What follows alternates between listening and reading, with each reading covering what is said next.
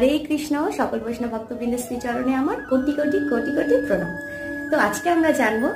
শ্রীমদ্ ভাগবত গীতার 18টি অধ্যায়ের নাম। প্রথম অধ্যায়ের নাম হচ্ছে অর্জুন বিষাদ যোগ, দ্বিতীয় অধ্যায়ের নাম সাংখ্য যোগ, তৃতীয় অধ্যায়ের নাম হচ্ছে কর্মযোগ, আর চতুর্থ অধ্যায়ের নাম জ্ঞান যোগ, পঞ্চম অধ্যায়ের নাম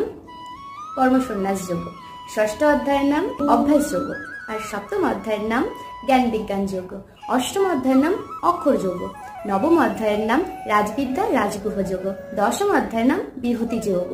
11তম অধ্যায়ের নাম বিশ্বরূপ দর্শন যোগ, 12 নম্বর অধ্যায়ের নাম হচ্ছে ভক্তি যোগ, 13 নম্বর অধ্যায়ের নাম হচ্ছে ক্ষেত্রজ্ঞ বিভাগ যোগ, 14 নম্বর অধ্যায়ের নাম হচ্ছে গুণত্রয় বিভাগ যোগ, 15 নম্বর অধ্যায়ের নাম হচ্ছে পুরুষোত্তম যোগ, 16 নম্বর অধ্যায়ের নাম হচ্ছে দৈবাসুর বিভাগ যোগ, 17 নম্বর অধ্যায়ের নাম হচ্ছে শ্রদ্ধাত্রয় বিভাগ যোগ, 18 নম্বর অধ্যায়ের নাম হচ্ছে মুখ্য যোগ।